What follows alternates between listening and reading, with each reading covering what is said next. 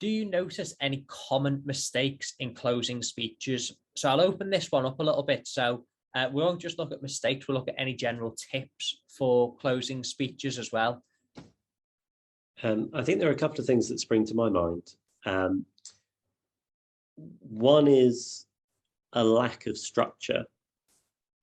So you'll sometimes, and I'm as guilty of this as anyone that I've seen, you'll sometimes hear a closing speech or give a closing speech, which is something of a blunderbuss of points.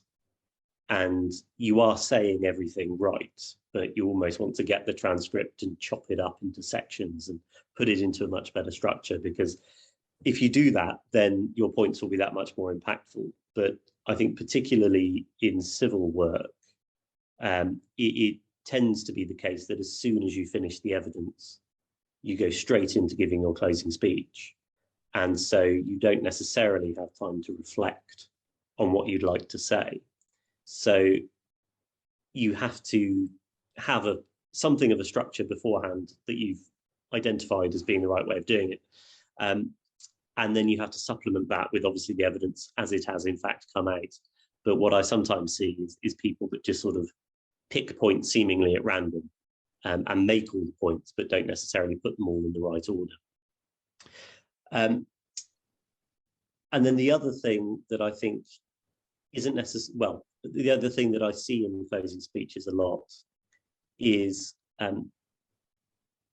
either pushing the wrong point or not dealing with adverse points at all. So sometimes you will have instructions and you'll have to put a point that's bad, but you should know if you're putting a point that's not your strongest point. And I have seen a lot of advocates really push things where the law is just against them or the evidence is against them. And that tends to alienate the judge and mean that when you do get onto your good point, the judge is already rather lost on what it is that you're saying, and you've lost a bit of credibility there. Conversely, of course, you can't just ignore bad points. You have to try and deal with them as best as you can and not just leave them so that the only party to have referred to them is the other side, because that would be much more damaging. So that's a few tips. Thanks, Michael. Some good tips there.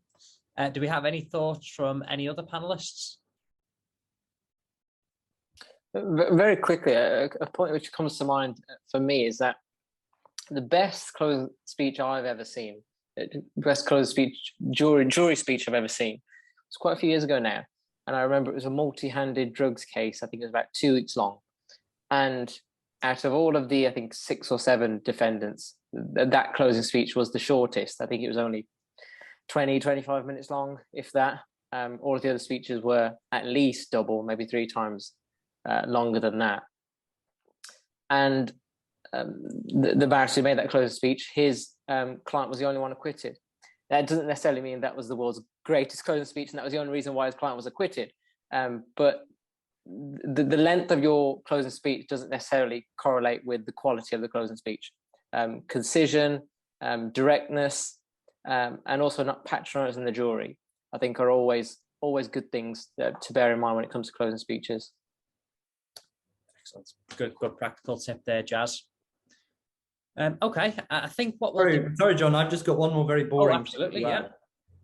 I've never done a closing speech. I've only seen them. So my point is purely a practical one, but I do think it's important to remember as you go through the trial, you're hearing the evidence, and as has been said, as Michael alluded to, often in a civil trial, you're just going straight into the closing speech. So you've got to take a good note of all of that evidence so that you can then refer to it and have an organized system so that you can know which evidence from which witnesses you want to point to, and that's easily at your fingertips. In assisting with a closing speech preparation, that's what I've seen.